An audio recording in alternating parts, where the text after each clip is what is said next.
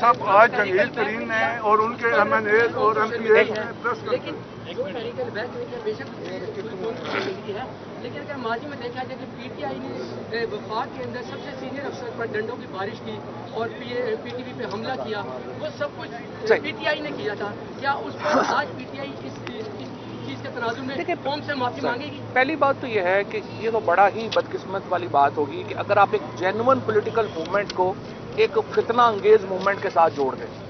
جو P T I کی جب موومنٹ شروع ہوئی تھی، پی ٹی آئی کی موومنٹ کیا تھی؟ پی ٹی آئی کی موومنٹ یہ تھی کہ پیناما میں پراپرٹیز نہیں ہونی چاہیے. پی ٹی آئی کی موومنٹ تھی کہ الیکشنز فری اینڈ فیئر ہونے چاہیے. پی ٹی آئی کی موومنٹ یہ تھی کہ آپ اربوں روپیہ باہر لے کے نہیں جا سکتے.